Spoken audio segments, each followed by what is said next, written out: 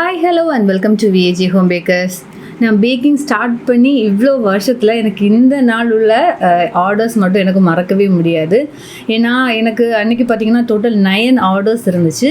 இதில் பார்த்திங்கன்னா 2 first birthday கேக்குக்குள்ள order, ரெண்டுமே பார்த்திங்கன்னா சேம் டைமில் டெலிவரி கேட்டிருந்தாங்க. அதே மாதிரியே 2 வெட்டிங் கேக் ஆர்டரும் இருந்தது.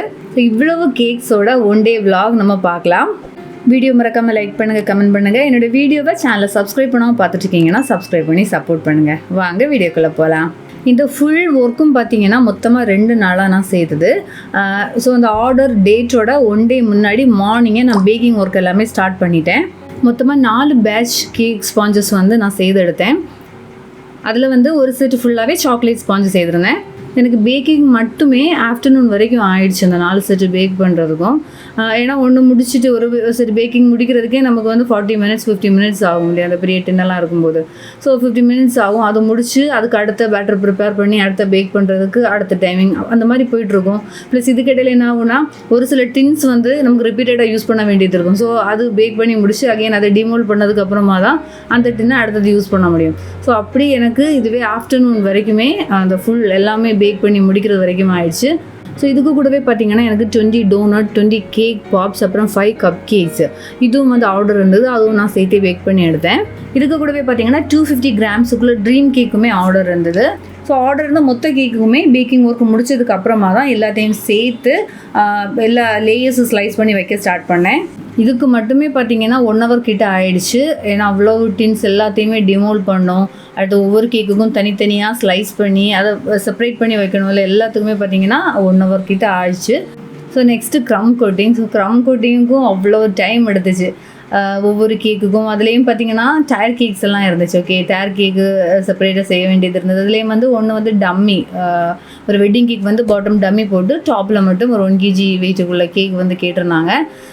ஸோ பேலன்ஸ் உள்ள அந்த டம்மி தவிர பேலன்ஸ் உள்ளது எல்லாத்தையுமே கேக்கு நான் க்ரம் கோட்டிங் முடிச்சு நான் ஓவர் நைட் ஃப்ரிட்ஜில் நான் ஸ்டோர் பண்ணிட்டேன். ஸோ இதோட ஐசிங் ஒர்க் எல்லாமே நெக்ஸ்ட் டே மார்னிங் தான் ஸ்டார்ட் பண்ணேன். இதில் பார்த்தீங்கன்னா டோட்டல் இந்த 9 கேக்ஸ்லேயும் ஒரு 1/2 kg கேக் மட்டும் மார்னிங் டெலிவரி இருந்துச்சு, ஒரு 11 o'clock போல். பேலன்ஸ் உள்ள கேக் எல்லாமே ஈவினிங் 4, 5 இந்த மாதிரி டைமிங்கில். பேலன்ஸ் 8 கேக்குமே இந்த டைமிங்கில் தான் எனக்கு டெலிவரி இருந்துச்சு. அதனால தான் எல்லாமே சேர்த்து வச்சு எனக்கு ஃபோட்டோ அண்ட் வீடியோ எடுக்க முடிஞ்சுது. ஸோ இதில் பார்த்தீங்கன்னா 1 கேக் 3 டயர் கேக்கு, அதுவும் அதில் நிறைய ஃபாண்டன்ட் ஒர்க் டெக்கரேஷன்ஸ் எல்லாமே இருந்தது. ஸோ அந்த கேக் மட்டும் நான் பர்த்டே ஸ்பாட்டில் போய் செட் பண்ணி கொடுத்துருந்தேன். ஸோ ஃபஸ்ட்டு கேக் டெலிவரி கொடுக்குறதுக்கு முன்னாடி பேலன்ஸ் உள்ள எல்லா கேக்குக்கையும் நான் ஐசிங் ஒர்க் எல்லாமே முடிச்சிருந்தேன். இவ்வளோ கேக்குக்கும் ஐசிங் பண்ணுறதுங்கிறதும் அவ்வளோ ஈஸி டாஸ்க் இல்லை. இப்போ 9 ஆர்டர்ஸ் அப்படின்னாலும் 9 கேக்ஸில் நமக்கு தனித்தனியாக வரும்ல. இப்போ இதில் 3 2 டயர் கேக்கு, 1 3 டயர் கேக்கு, அப்படி டோட்டலாக 13 கேக்ஸுக்கு ஐசிங் செய்ய வேண்டியது இருந்தது. அதில் 1 டம்மி. ஸோ இவ்வளோத்துக்குமே தனித்தனியாக ஐசிங் செய்து ஒவ்வொரு கலரில் அவங்க கொடுத்த சேம் டெக்கரேஷனுக்கு மேட்சிங்காக வர மாதிரி எல்லாம் தனித்தனியாக ஐசிங் செய்து அது எல்லாமே நான் ஃப்ரிட்ஜில் ஸ்டோர் பண்ணிட்டேன். இதுலேயும் பார்த்தீங்கன்னா ஒவ்வொன்றுமே ஒவ்வொரு டிஃப்ரெண்ட் ஃப்ளேவர்ஸில் வேறு இருந்துச்சு. அது வேறு செய்கிறது கொஞ்சம் கஷ்டமாக இருந்தது. இப்போ சேம் ஃப்ளேவர் கேக் அப்படின்னா கூட செய்கிறதுக்கு ஈஸியாக இருக்கும் இல்லையா. நமக்கு பேட்டர் ப்ரிப்பேர் பண்ணுறதுலேருந்து எல்லாமே ஈஸியாக தான் இருக்கும். இது சாக்லேட் ஸ்பாஞ்சஸ் தனியாக ப்ரிப்பேர் பண்ணியிருந்துச்சு. தென் வெனிலா பேஸ்டு ஸ்பாஞ்சஸ் தனியாக அது பேக் பண்ணியிருந்தேன். அது போக ஒவ்வொரு ஃப்ளேவர்ஸும் வேறு வேறு இருந்தது. இப்போது காஃபி கேக் இருந்துச்சு, சாக்லேட் ஆல்மண்ட் கேக் இருந்தது, ஒயிட் ஃபாரஸ்ட் கேக்கு, தென் பைனாப்பிள் கேக், இப்படி ஒவ்வொன்றும் ஒவ்வொரு டைப்பில் இருந்துச்சு. டாஃபி கேக் இருந்தது, டாஃபி. ஸோ அந்த டாஃபி ரெடி பண்ணி டாஃபிக்குள்ளே ஃபில்லிங்ஸ் எல்லாம் கொடுத்து, ஸோ அதுவுமே எனக்கு அந்த க்ரம் கோட்டிங் செய்கிற அந்த ஒர்க்கு, க்ரம் கோட்டிங் ஃப்ராஸ்டிங் செய்கிற ஒர்க்குமே எனக்கு ரொம்ப டைம் எடுத்துச்சு. ஸோ ஒரு வழியாக ஐசிங் எல்லாமே முடிச்சு எல்லா கேக்குமே ஃப்ரிட்ஜில் ஸ்டோர் பண்ணிட்டேன்.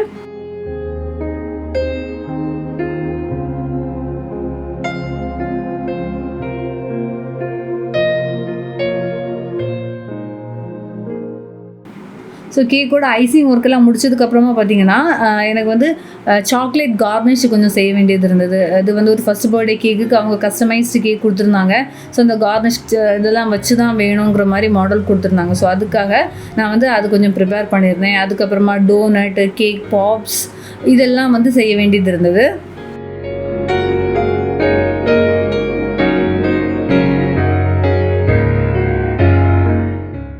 ஸோ அதுக்கப்புறமா ஃபஸ்ட்டு கேக் வந்து நான் டெலிவரி கொடுக்குறதுக்கு அதுக்குள்ளே டெக்கரேஷன் ஒர்க்கு செய்திருந்தேன். ஸோ அது வந்து யூனிகான் தீமில் 1/2 kg கேட்டிருந்தாங்க. ஸோ அதுக்குள்ளே குட்டி குட்டி டெக்கரேஷன்ஸு அந்த மாதிரி ஃபாண்டன்ட், அந்த ஹார்ன், இயர்ஸு அதெல்லாம் வந்து நான் செய்து வச்சுருந்தேன். ஸோ இதில் டோட்டல் 9 கேக்ஸில் 8 கேக்ஸுமே பார்த்தீங்கன்னா சிம்பிள் டெக்கரேஷன்ஸ் தான். அப்படி ரொம்ப பெரிய ஒர்க்கெல்லாம் இல்லை. குட்டி குட்டி ஃபாண்டன்ட் டெக்கரேஷன்ஸ், அதாவது நேம் ஃபாண்டன்ட்டில் எடுத்திருந்தேன். வேறு சின்ன சின்ன ஃப்ளவர்ஸ், குட்டி பட்டர்ஃப்ளைஸ், இந்த மாதிரி சிம்பிள் டெக்கரேஷன்ஸாக தான் இருந்துச்சு. பட் அந்த ஒரு ஃபர்ஸ்ட் பர்த்டே கேக்கு 3 tier உள்ள கேக் மட்டும் அது இந்த மெர்மைடு தீம்லேயே இருந்துச்சு. ஸோ அதில் தான் ஃபாண்டன்ட் ஒர்க்கு நிறைய தேவைப்பட்டது. ஸோ இந்த கேக்கை வந்து நான் டெலிவரிக்கு கொடுத்து விட்டதுக்கு அப்புறமா பார்த்தீங்கன்னா அந்த டோனட்டு, கேக் பாப்ஸ் அதெல்லாம் செய்தேன்.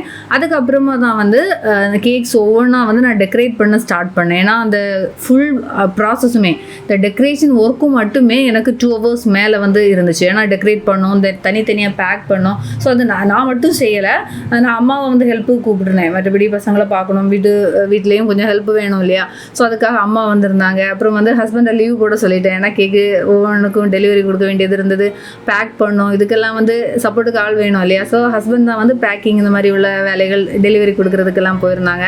ஸோ இதுலேயும் நான் ஸ்டார்டிங்கில் சொல்லியிருந்தேன் பார்த்தீங்களா, 2 ஃபர்ஸ்ட் பர்த்டேக்குள்ள கேக்கு 2மே சேம் டைமில் டெலிவரி கேட்டிருந்தாங்க அப்படின்ட்டு. ஸோ இதில் வந்து ஒரு கேக் எனக்கு ஸ்பாட்டில் போய் தான் எனக்கு செட் பண்ணி ஆகணும். ஏன்னா ஃபாண்டன்ட் டெக்கரேஷன்ஸ் நிறைய இருந்தது, அதுவும் 3 tier.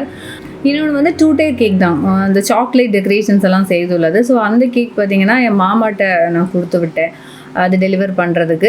ஸோ அது வந்து இப்போ டிரான்ஸ்போர்ட்லேயும் ப்ராப்ளம் இல்லை, அண்ட் டெக்கரேஷன் ஒர்க்கும் வந்து பெரிய பிரச்சனை ஒன்றும் கிடையாது. நமக்கு சேஃபாக ஹேண்டில் பண்ணுறதுக்கு ஈஸியாக உள்ள மாதிரியான கேக் தான். ஸோ அதனால் அவங்கக்கிட்ட கொடுத்து விட்டுட்டேன். அப்புறம் 2 வெட்டிங் கேக் சொல்லியிருந்தேன் இல்லையா, 2மே 2 tier உள்ள கேக்ஸு. ஸோ அந்த 2 கேக்குமே வந்தே கலெக்ட் பண்ணாங்க. அதனால் அதுக்கு வந்து டெலிவரிக்கு எவ்வளோ கஷ்டப்படலை. பேலன்ஸ் உள்ள சின்ன கேக்லேயுமே எக்ஸ்ட்ரா 2 கேக் தான் டெலிவரி கொடுக்க வேண்டியது இருந்தது. அது ஒன்று என் அப்பா கிட்ட கொடுத்து விட்டேன், இன்னொன்று வந்து ஹஸ்பண்ட் டெலிவரி கொடுத்துருந்தாங்க. அது எல்லாமே இந்த ஈவினிங் டைம். ஸோ இந்த 4-5 டைமுக்கு தான் கேட்டிருந்தாங்க. அப்போது அந்த ஃபர்ஸ்ட் பர்த்டே கேக் கொண்டு போகிறதும் ஒரு 1 hour ட்ராவல் டிஸ்டன்ஸ் இருக்குது. அந்த 3 tier கேக் சொல்லியிருந்தேன் இல்லையா. ஸோ அந்த கேக்கு டைமுக்கு கொண்டு போகணும்ல, 5:30 ஃபங்க்ஷனுக்கு சொல்லியிருந்தாங்க. அப்போ அதுக்கு போக வேண்டியது இருந்தது. அதனால் இன்னொரு கேக் வந்து ரொம்ப கொஞ்சம் ஏர்லியராகவே டெலிவரி கொடுத்துட்டு அந்த 5:30 ஃபங்க்ஷனுக்குள்ள கேக் வந்து நாங்கள் எடுத்துகிட்டு போனோம்.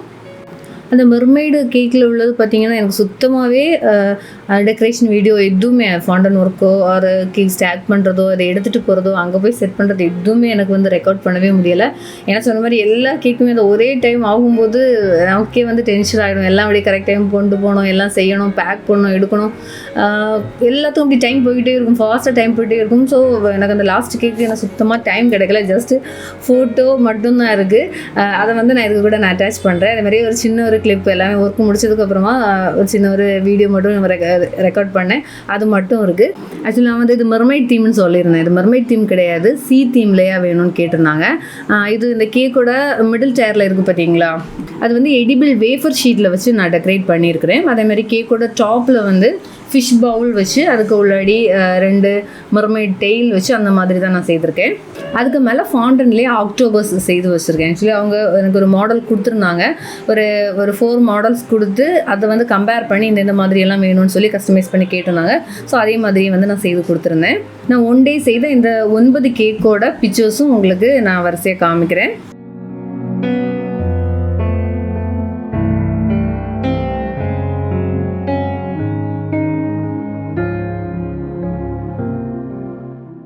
இந்த கேக் எப்படி செய்திருக்கேங்கிறது உங்களுக்கு டவுட் வரும் இல்லையா.